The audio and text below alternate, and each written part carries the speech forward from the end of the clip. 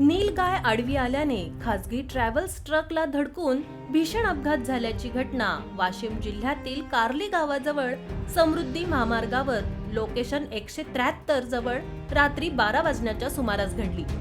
या अपघातात जवळपास 22 प्रवासी जखमी झाले असून त्यातील 10 ते 12 प्रवासी गंभीर जखमी झाले आहेत। नागपुरावरून पुण्याला प्रवासी घेऊन जात असताना एका खासगी ट्रॅव्हल्स समोर असलेल्या ट्रकच्या पुढे नीलगाय आडवी आल्याने ट्रक चालकाने नीलगाईला वाचवण्यासाठी तात्काळ ब्रेक दाबला।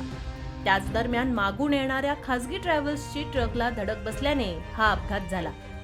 पूजा कंपनीची खासगी ट्रॅव्हल्स नागपूरवरून पुणे येथे जात असताना वाशिम जिल्ह्यातील दोनद ते कारंजा या दरम्यान कार्ली गावाजवळ समृद्धी महामार्गावर हा अपघात झाला।